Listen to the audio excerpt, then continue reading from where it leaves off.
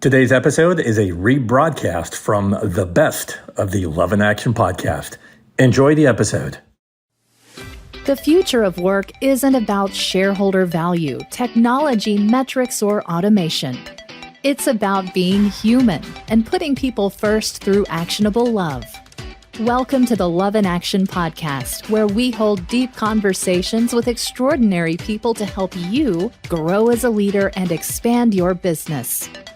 Here's your host, Marcel Schwantes. Welcome to another episode of the Love in Action podcast, the show where we explore the intersection of business leadership and practical love. Please share the episode with a friend so we can continue to spread this Love in Action message globally. So I want to get real with you, which it's not exactly a rare thing for me to do, right? You're thinking, Marcel is about to get real? Hold on to your chair. But no, in all seriousness, okay, I need to ask you a question. So reflect on this for a moment. Do you ever struggle to feel loved at work? I mean, okay, think about it and be honest. Do you feel loved right now in your workplace? Do you feel worthy when you show up to work? Do you feel worthy after putting in a long, hard day at work? Okay, how about this? Do you feel like your employer truly values you as a human being? I mean, never mind as an employee who, signed that offer letter. I mean, as a real human being. I mean, I'm raising my hand right now as someone who struggled for years back when I was doing the corporate grind with not feeling loved and not feeling worthy by my bosses, by my CEO, by my own coworkers. So here's why it's so hard for so many of us to do that, to feel worthy and loved at work. We have to bring our full humanity, right? We have to show up with our full, authentic selves. And these are places where, if you're in that place right now, consider yourself blessed, okay? Because these are places where you're, inspired to pursue your goals and dreams, and there's respect for one another. You feel like you belong in a community, and there's good relationships. In other words, you feel loved, you feel worthy. So this is probably where you go, Marcel, what are you smoking? Okay, that's all a pipe dream. My employer doesn't really care about me. They just want me to get the job done. Maybe you're saying work is just a transaction. I have skills they need, and in exchange, I get paid. Okay, fair enough. For many of you, that may be the only reality you've been exposed to. Okay, I get it. But I'm here to tell you that worthiness matters at work. Feeling loved and cared for at work matters. And the evidence asserts that it does matter. My guest today is fully on board with this whole idea. Well, that's because that's the premise of her brand new book and the whole reason why I'm bringing her to this show. Amelia Dunlop is going to join us shortly to tell us that humans who feel loved and worthy at work, well, plain and simple, they flourish. They flourish. And since so many of you are in leadership roles listening in right now, pay attention, because what you're going to hear, as hard as it may be for you to accept it, may transform you and your organization. Amelia's book is called Elevating the Human Experience: 3 Paths to Love and Worth at Work, published by Wiley. So in this book, Amelia tells her story of what it means to discover, her own sense of love and worth in her 20-year career as a management consultant at the world's largest professional services firm, Deloitte. So this book, Elevating the Human Experience, is for anyone who knows what it's like to struggle to feel loved and worthy at work. It's for people who are uncomfortable bringing their full identities to work because, maybe they're female, black, brown, gay, or any of those intersections. It's also for the people who have no idea what it may feel like to struggle every day just to feel loved and worthy, but you love and lead the very people who do. So who is Amelia Dunlop? She is the Chief Experience Officer at Deloitte Digital and leader of the U.S. Customer Strategy and Applied Design Practice for Deloitte Consulting. Amelia helps companies develop winning strategies that combine innovation, creativity, and digital strategy. She speaks and writes frequently about human experience, creativity, and customer strategy, and contributes to the Wall Street Journal's CMO Journal, Adweek, and Wired. And finally, she joins us. Amelia, what an honor. Welcome to the Love in Action podcast. Thank you so much for having me. I am so thrilled to have you here. You are, I mentioned this offline, you're closely aligned with the theme of the show. And there's probably just 3 to 5 guests in the past that I can truly say, okay, this is as close as I've ever gotten to having a guest on to speak about love in action. So here you are. Thank you. I think we're going to have a good time. Me too. So we'll get into your journey on discovering, because I did touch on it a little bit in my introduction, discovering your own sense of love and work at Deloitte. And maybe you can tie this into this question. This is tradition on the show. You ready? I'm ready. What's your story? Oh my goodness. Okay. So I think to know anything about me, Marcel, you and your listeners would need to know that my journey is one of love and worthiness. And ever since I was a little girl, I felt like I was unworthy of love. And something for me always felt like it was just a bit off, like it was crooked, like my little pinky finger here, which I can show you, that doesn't quite straighten. And kids, when I was in grade school, used to try to push it down under the block of books to straighten it, and that didn't work. And later, when I showed up in the work world, I used to try and hide in plain sight, right? So to hide that kind of uncomfortable, unworthy feeling, like many of us do. And I never felt like anything I did was ever going to feel like I was enough. And so for me, the journey has been one of what does it mean to start to learn to love myself, to learn to love another, and to kind of love in the kind of the broader community that we spend a lot of time in at work. And so that's what I wrote my book about. Interesting that you mentioned, okay, as a female going at the ranks in management consulting, tell us how you arrived at writing this book. I mean, more specifically, your journey, right? Did you have can you share some examples where maybe there were some obstacles that kind of kept you from really thriving and flourishing? Okay, so there's so much in that question. I guess maybe I'll start with what is elevating the human experience? And for us, it's an aspiration that we set almost 4 years ago now. And what I've been doing as Chief Experience Officer is really to try to make that mean something, come to life.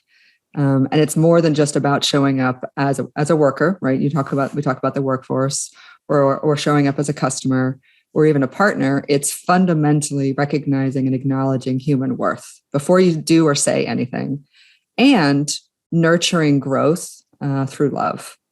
So that's what we mean by elevating the human experience. And you're right to point out that there's my personal journey associated with that. There's also the journey in the context of the workplace, where we've been trying to make that more of a movement where each of us can feel like we can show up authentically. Yeah. Okay. So that begs the question, now that we have a little bit of an understanding of, okay, what does it mean when Amelia says human experience or elevating the human experience? I mean, why does that matter these days? Why is it necessary that we have, that we elevate the human experience? So I'm smiling because I feel like you've already named some of the reasons why I think it's necessary. I think the first reason it's necessary is I believe, and I think so many traditions and philosophies teach, that the fundamental kind of human condition is one of suffering, right? There's many things that you and I might not have in common, or many of our listeners may not have in common, but understanding that feeling of suffering, we share. And so that's why I believe that every experience could be made just a little bit better. And that sort of that reorientation to the kind of the positive experience. I also think it's elevating the human experience is necessary because I did a quantitative study of 6,000 people that I share in this book.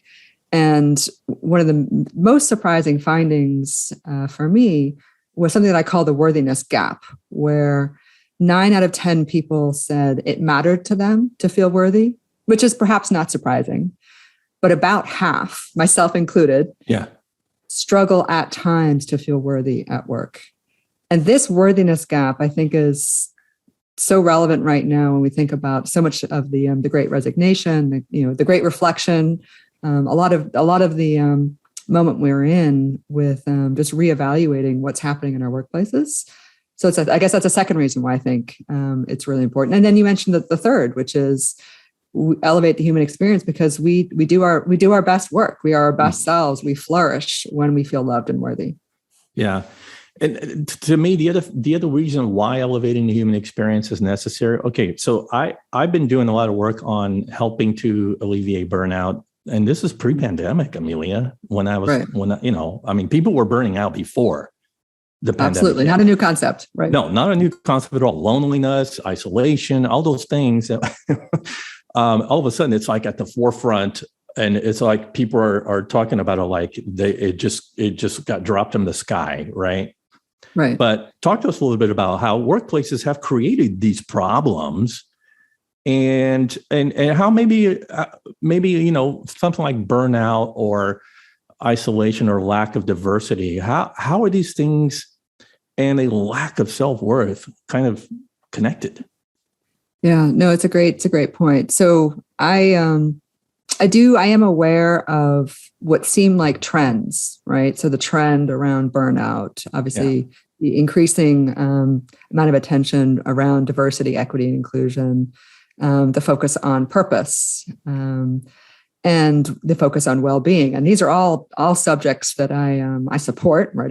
I'm very encouraging that we are spending our time that way. But I do believe that there's some more fundamental human need that is, which is why our workplaces need to focus on those things, because we all want to feel fundamentally loved and worthy. That is actually the human need at the core of each of those trends that we're seeing. And so for me, elevating the human experience is a way of putting the human at the center, as opposed to what happens when you're not doing that, which is if you're not doing that, you feel burnt out. If you're not feeling heard, you feel gaslit. If you're not feeling included, you feel excluded. So I'd rather focus on the human experience than on some of those other symptoms. Yeah. Speaking of bringing your whole humanity, okay, touch on this if you could, okay? This one really got to me from the research. 80% of people want to, quote, bring my whole self to work, and yet 40% said that they are, quote, part of my identity. I need to check at the door. No, it's true. And I think, so one of the things I did in addition to the quantitative research is some deep ethnographic research and qualitative interviews, just to understand and unpack some of these themes and trends. And then I share in the book my own personal experiences, because those are the only ones I have the full right to share. But I feel like a lot of what I heard was just this idea that there was professional me and then there's personal me. And the two, I can't be the same version of myself when I show up at work. And one of the things that's been so satisfying, Marcel, since I've written this book and just shared it out into the world, is the people who've written to me and with their own notes of realizing that they could show up more authentically, that they could be more of who they really are, as opposed to some notion of who they feel like they're being told they have to be. Yeah. So the framework for the book is, I see it as a journey for all of us. You invite us to take the 3 paths to love and worth at work, which is the subtitle of your book. So I want to unpack each of the paths we must take to elevate our human experience. This is so good, so good. Amelia and I are going to uncover the 3 paths you need to take after this quick break. Hang tight. Hey, it's Marcel. Let me get honest with you for a minute. We've reached a time in history when building up strong leaders truly matters if you want to grow your business. But managing through fear, command and control, and do as I say ways of managing is not going to get you there. So what will? In my research, I found that the most effective leadership boils down to 6 key behaviors. They are behaviors that, when filtered down to every management level, can create high performance in your teams and build a great work culture. By the way, this is the new topic that I speak on at company events and conferences and virtual stages all over the world. It's great for keynotes, webinars, half-day or full-day workshops, and leadership retreats. So if you want to learn a clear and practical framework to help design the best work environment for your people to flourish, this is the way to go, and I can show you how to do it. To book me for your event, visit my website, marcelschwantes.com, and click on Speaking. Okay, you propose that we take 3 paths to elevating the human experience. You know, the way that I interpreted the paths is that one leads to the other. So what's the first path? So the first path is the path of the self, where we learn what it means to see ourselves as worthy of love before we say or do anything. And sometimes I like to think about it. It's the fact that I'm worthy, Marcel, whether or not this conversation is like the bomb or a bomb, and recognizing that we don't often tell ourselves that.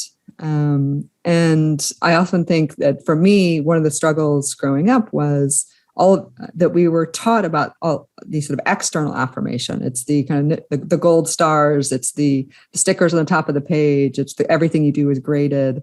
And so we have this mindset that we're only worthy when we get a certain letter grade or when we get a certain amount of recognition from another. And I think it's so important to learn to see yourself as worthy of love, particularly when we're in challenging environments. And that's exactly what our workplaces are. We do hard work. And so it's so important to see ourselves as loved first. So why don't we tell ourselves more often that, that we are worthy and that I don't know if that's a belief system, a mindset, or our upbringing, how we interpret self-love. Talk to us a little bit about that. Yeah, so I love the question. I think some of the reasons that we don't is, first of all, it can feel uncomfortable, right? So when was the last time someone said, "Hey, how was your weekend, Marcel?" And you're like, "Oh, had a great time with the kids. And I spent some time really thinking about and really processing what does it mean for me to feel loved and worthy," right? Like that's just awkward. Awkward. We might not talk about it at work, right? We might not talk about it. But so that's one of the reasons that we don't. But I think more, a little bit more to the point, in the research, I did notice that one of the most interesting points of differentiation from a kind of was that the likelihood which we have to speak to ourselves with words of kindness or with words of love. And one of the things that jumped out at me was there was not really a statistically significant difference between men and women, which you could imagine there would be, but there wasn't a statistical difference. The only real difference was people who self-identified in our survey as of Black or African American descent were much more likely to use words of self-love and to use words speaking to themselves with kindness. And I thought that was really curious. I was really interested in, well, why is that the case? And so again, I went and did some of those ethnographic interviews and followed up. And what I learned was if the world is inhospitable to you, and if the world is much less likely to give you that positive feedback and be welcoming of you, you have to learn. It's a matter of survival to learn to love yourself, even in the face of external challenges. So I feel like we have a lot to learn in terms of what it means to speak to ourselves with love. I feel like I have a lot to learn about how to speak to myself with love. I don't know if we can get into examples of how that is done, especially as a man. I mean, it's not, this is like the touchy-feely terrain that so many men aren't willing to venture into. But I like the fact that you said that through your study, you found that, was it African American men or just Black men in general are much more willing to tell them or speak to themselves with words of kindness or self-love. I'm wondering, am I missing out as a white male? Yeah, I think it's possible. So it was the difference between African American men and women, and all other races. So I guess a couple things. I should probably just define, Marcel, what I mean by the word love. So we should talk about that. Yes. Because I do think that using the word love and work in the same sentence can feel risky and a little bit provocative. But what I mean by love is much closer to the Greek definition of eudaimonia, which is to flourish. And as you know, there are 7 different words for love in the Greek language to our 1 in the English language. And flourishing is really important. And then the other way that I think about the definition of love, I go back to Erich Fromm, who in the 1950s wrote The Art of Loving. So the way I think about it is love is the choice that we make to extend ourselves for our own or another's growth. So there's that growth orientation, that growth mindset, that flourishing mindset. Where when you think about it that way, it's like, oh, wait a second. Like that's not risky. That's not provocative. And this is where I like to think about the fact that love is present in the workplace today. And let's talk more about how we cultivate more love in the workplace. So I feel like it's important to just get that out there sort of definitionally. And then I'd love to hear your reactions to it. But then I do want to come back to what you asked in terms of how do we do it more practically. But any reactions to the definition? Well, I like all of it. Especially the growth mindset part. When I frame it into that that understanding, then anybody is then anybody should be able to do that, to pull that off, because to me, understanding self-love is understanding self. Before you love self, you have to know who you are as a human being, and then allow for the self-kindness and the self-compassion acts to kick in. And I think that there's immense growth in that area that not too many people want to delve into it because they're afraid of what they're going to discover. And so to me, in the self-discovery, I learned so much about me, about my perception of the world, how other people perceive me even, right? So I think, that's how I interpreted all that. Yeah, no, that makes sense. I think I want to tell you a story about a lot of how I learned to get beyond that sort of uncomfortable understanding of what it means to love yourself. And it was in the context of an obstacle, right? So we keep coming back to the fact that it's hard. And so I had just received, this is a couple of years ago now, some really challenging feedback because there is no work without feedback, right? We're always getting and receiving feedback. And in this case, I'd received feedback that was really hard for me to hear and internalize.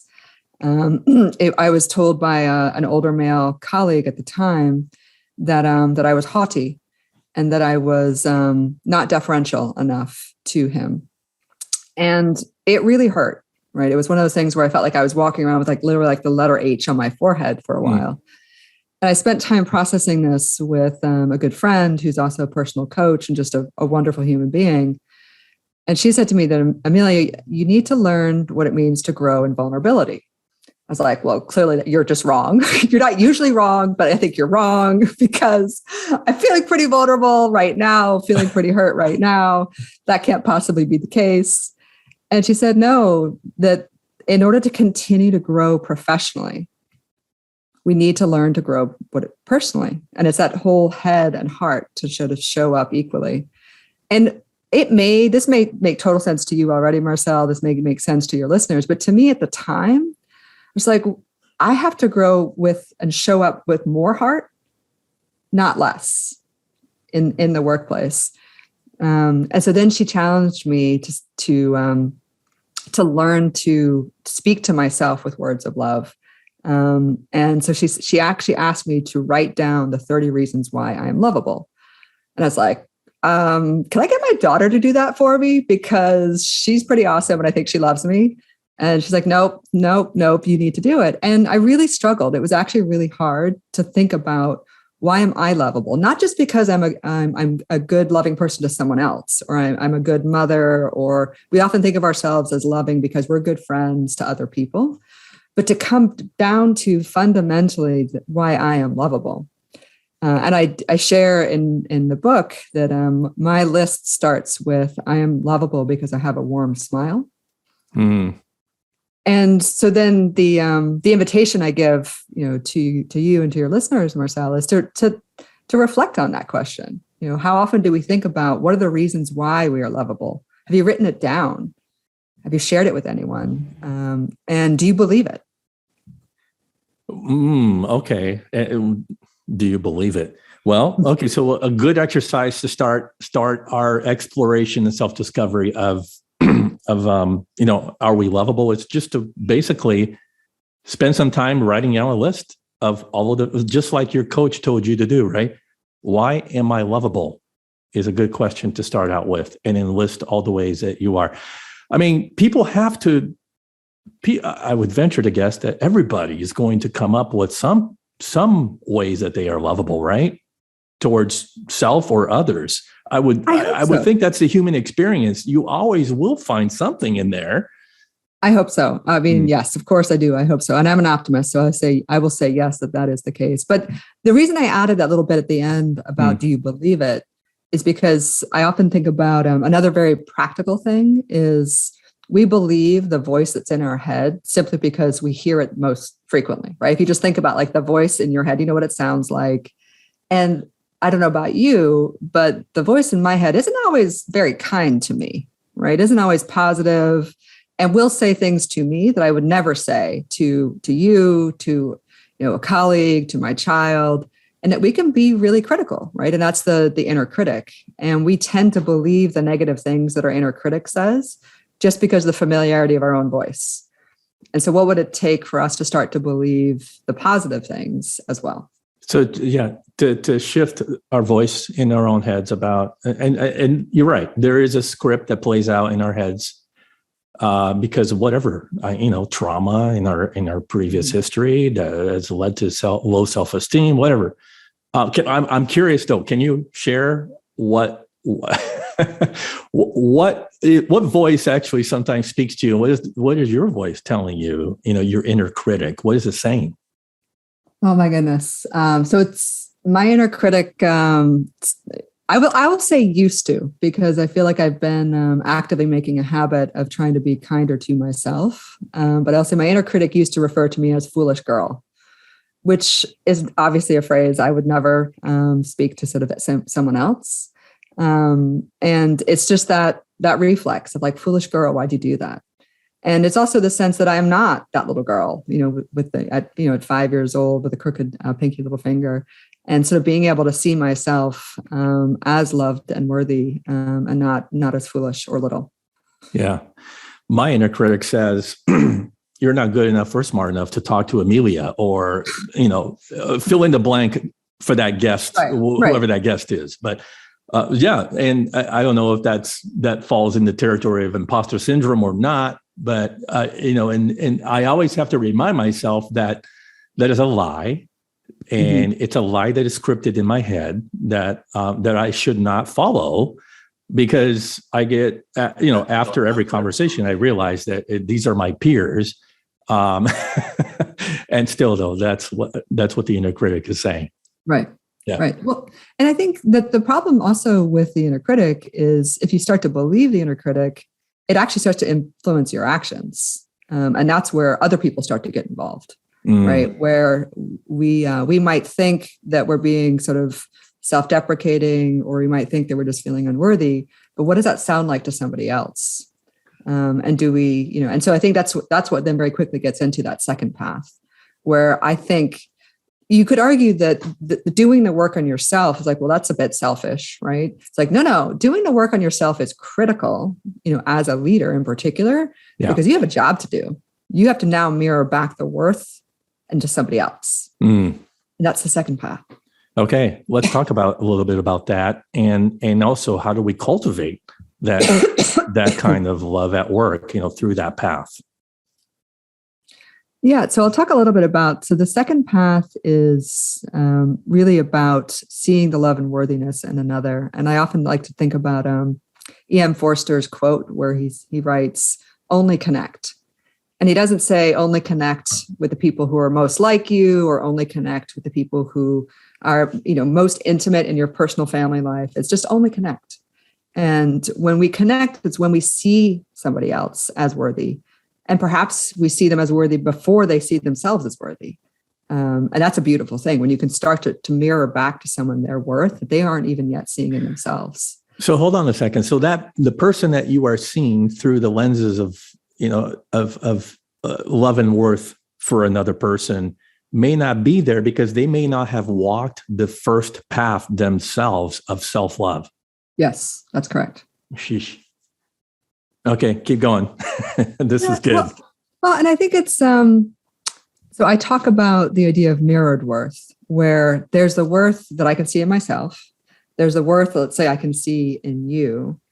But the mirrored worth is when somebody else sees in me the same or as high worth that I see in myself.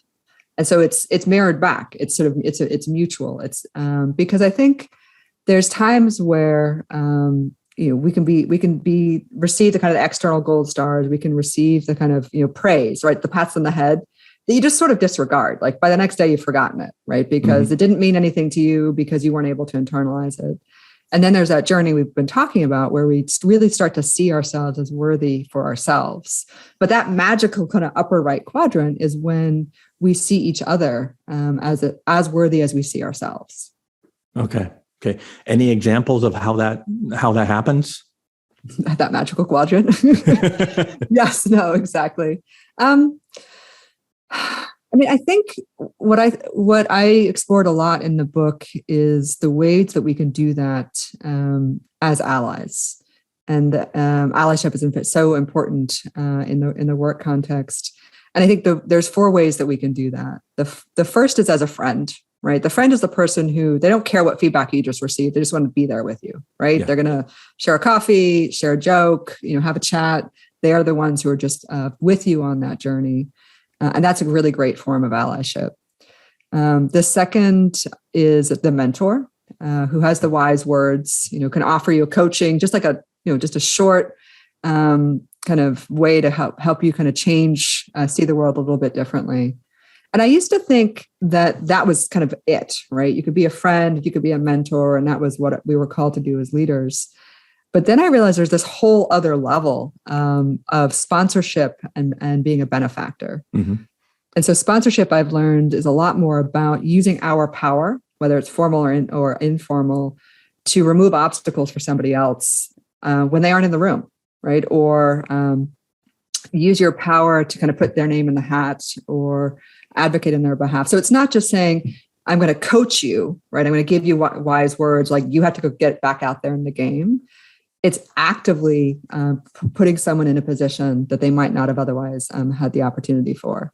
And then the fourth is the benefactor is all 3, right? So you're a friend, you can be a mentor, you can be a sponsor. They do overlap. And the benefactor is much more of a witness to the journey over a longer period of time. There's a real sense of being seen and known over a period of a longer career. And that's really special. And to have that in our lives. But also, I encourage readers and also your listeners to think about not just who are these people for me, right? Who are these people for us? But how are we, those active allies, sharing kind of love and worth back to other people? Okay. So sticking with we're walking on the second path now. Yes. We're walking along and bam, big boulders in the way of the path, obstacles. What were they, or what are they? Oh my goodness, there are more obstacles to connecting than you and I can talk about, right? And I think one of the reasons it's important to talk about these obstacles is because I feel like there's a way in which some of these things that around loving and worth and sort of seeing each other as worthy sound simple, right? They sound intuitive, they sound easy, but they are not, right? There are so many obstacles, and I talk about in the book the idea that there's the obstacle of technology, right? There's the obstacle where there's distance, there's the fact that our phones can connect us, and the asynchronous communication can leave us really wondering, like, what did they really mean by that text, or did they miss the text, or did they just deliberately not send the text? And there's so many ways in which we can miss each other, right? And kind of the disconnect. And I also think that in this moment that we've all been having for the last almost 2 years now, where we're working with colleagues we may never have met in person, we're working in environments where there's the Zoom fatigue. And so what does it mean to connect with somebody when you don't even know kind of them in the sort of three dimensions? So I think there's obstacles everywhere in terms of even just, do I have enough time? Did I slow down enough to actually see you as a human being, as opposed to the transaction we're trying to get out the door? Okay. So the way I'm seeing, this is really speaking to me about the belonging piece and that the connection and the belonging. But I think there's a real difference. Yes, connecting is important, but when you belong to a tribe of people with shared values and commitments, it elevates it elevates the human experience. Yeah. And to me, whether you're in a digital environment, you're 100% remote, or in a hybrid, or maybe you went back in the office, I think that for workers to flourish, and I mean, how many studies have I read about the fact that when you feel like you belong, and there's respect and loyalty, and there's psychological safety, all those things are going to translate to a better work environment, in which there's your business case right there. You have more results and more productivity. Yeah, no, absolutely. And I think one of the things that I often think about is some of these things seem intuitive, and it's definitely the type of world I want to live in, the type of workplace I want to be a part of. But we've also done the research to demonstrate that there are sort of the business results going to also follow, right? And those organizations that focus on this human experience are twice as likely to outperform their peers over a 3-year period. And I love that, right? Because it is that demonstration that feeling human, feeling seen and heard does lead to kind of that those longer term business results. And then I guess that's the third path, right? Yes. Where when we show up at work, we don't necessarily have all the time in the world to have the one-on-one coffee chats with the single individual who we'd like to better sponsor or become a better ally to. So I think about that, where what does it mean to leave someone better off, no matter how brief that interaction? And that's the challenge. Right? Where, there may be, you've got thousands of listeners, we've got, hundreds or thousands of employees. How do you leave people better off, no matter how brief that interaction? And that gets to the whole system design of the communities that we have in the workplace. Okay. So if you were to put a label on this path, what is it called? So this is the third path, where we kind of learn to kind of love each other and see each other as worthy in the community of work. Yeah, there you go. So, okay, community of work. Gotcha. All right. Are there specific examples on how we can cultivate that kind of community love at work? There are, again, it's one of those things where there's so many, right? What I'd like to do is maybe sort of talk a little bit about what does it mean to acknowledge that there's a system, right? That's already in place, that none of us alive created it, right? We all sort of entered a workforce and entered a sort of hierarchies that kind of predated us.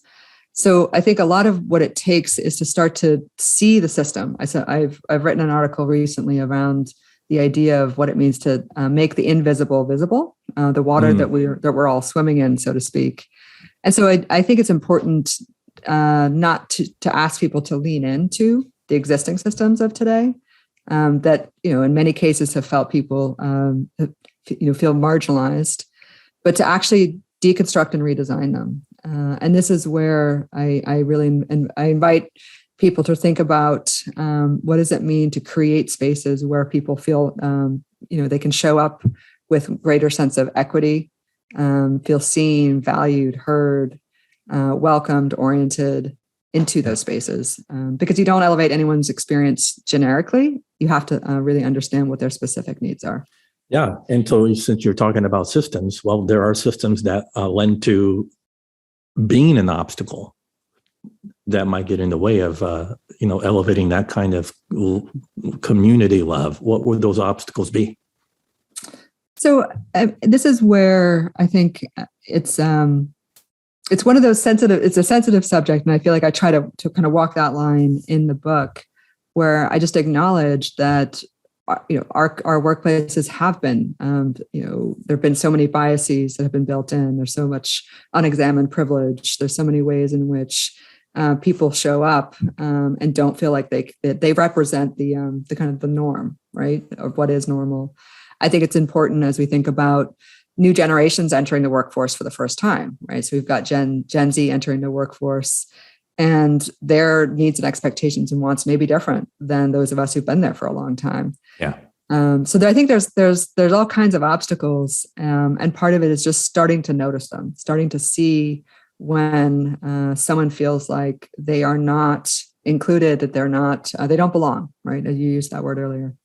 Yeah. Okay. Well, to me, that speaks to a leader being more self-aware of their surroundings. And again, like you said, the generational needs of today's workers are much different than my generation. But okay, so Amelia, speak direct. Oh, by the way, before we move on, have we covered the three paths? Is there anything else you want to speak to any of the paths that we didn't? That is really crucial. Yeah, no, I appreciate you asking, because as you know, I feel like we touched lightly on each of the three. Yeah. And I think one of the things that I would say is they're not necessarily sequential, right? I do think that we have a duty and an obligation to show up on all three every day, right? Okay. To make sure that we're making strides. And I also think there's the journey element is really key too. It's like there's not a point of arrival, right? There's no and now we're done. We are always a work in progress. I know I'm a work in progress, and I think it's definitely a journey that's worth going on. Yeah, it's a winding road, and it's a journey, just like leadership is, right? You never arrive at the top of the mountain. So speak directly to the manager. Now, that could be a line manager all the way up to a manager who is sitting in the C-suite. Okay. What's one simple tip for how they can validate someone's self-worth starting today? People want to be seen.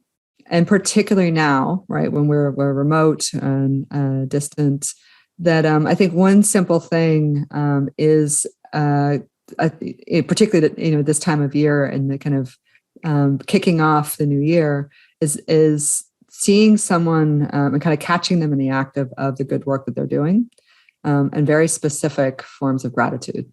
And so there's a lot that's written about, you don't just say, thank you, hey, Marcel, that was a great job. It's, being specific about, hey, Marcel, you did a great job. You were really well prepared. You asked really thoughtful questions, and you made me feel really comfortable as your guest. Right. So being really specific in the types of feedback that we give. And you would be surprised at just how much that changes the kind of the arc of that person's day, for feeling noticed and kind of caught in the act of doing their good work. Yeah. And that's why we have about 40 years of research from Gallup that's basically said the same thing. That's one of their KPIs or from the Q12 survey is they measure employee engagements. And one of the questions is about, have you been recognized in the last, I forget now, 6 months or 6 weeks anyway, or even this week? It does something special to the human spirit when somebody lifts you up and builds you up through gratitude. I talked to my leadership. Yeah, I would say I talked to my leadership team just this past week and said, when things go badly, we spend hours and hours and hours kind of digging into them and understanding them. I just want to take a few minutes to talk about the things that are going really, really well. And you kind of catch people by surprise, like, oh yeah, you're right. It's going well. And we don't talk about it when it goes well. And so that's, again, a very simple thing that leaders out there, I think, can do. Yeah. Well, this pandemic has disrupted millions of lives, and feelings of self-worth and love have been pretty low. It's kicked our butts. So, tell us a little bit about any new habits that you have personally adopted to kind of reaffirm your own self-worth, and that might be tips for us as well. Yeah, well, I mentioned it, I think, a little bit earlier, but I think all of us are trying to live healthier lives. I eat better, all of those things. But I think, if I'm honest, the habit that I'm really trying to work towards is to be kinder to myself, and to demonstrate not only through my words, which we talked about a little bit earlier in terms of how do we speak to ourselves with kindness and love, but also in my actions. And I think one of the things we all need is really healthy boundaries, where we're not working all the time, where we're not available all the time, we're not Zooming all the time, and we are. It's not selfish to take care of ourselves. Yeah. Amelia, it's been you exceeded my expectations for this conversation, and so we bring it home. Unfortunately, I wish we had a 4-hour window. We can go on and on and on. But we bring it home with 2 questions. Tradition on the show. Personally, what is really tugging at your heart right now that you'd like to share? I know, and this is one where I would definitely need another 4 hours just to talk about. But I think with all the things that are going on in the world, I really do feel like my purpose, my calling, the thing that really pulls at my heart is, how do we make the world and make the places of work feel more human? There's so much technology that's wonderful. There's so much data that's amazing, but let's make sure that we're using all of those good resources and towards feeling just a little bit more human. Well stated. And finally, you get to bring us home your way with a closing remark or a key takeaway to keep us inspired. I think the thing that I would want listeners to hopefully take away is this idea that you're worthy of love. And it seems counterintuitive. I would encourage you to explore it in your life, explore why it feels risky, why it feels provocative. And as you said earlier, that there are people, just know that there are people who are struggling to feel loved and worthy, even if you might not be. Yeah. Here, my quick takeaway, if I may, something that really stuck out to me is that we need to learn to grow in vulnerability. And that means really grow personally as a human being and show up with more heart. There you go. All right. Well, thank you so much for joining us. And if people want to connect with you and learn more about you, can you point them into a few places? Yeah, absolutely. So there's my website, ameliadunlop.com. You can find me also on LinkedIn and on Twitter. The book, again, is Elevating the Human Experience: 3 Paths to Love and Worth at Work. She is Amelia Dunlop. It's been real. It's been fun.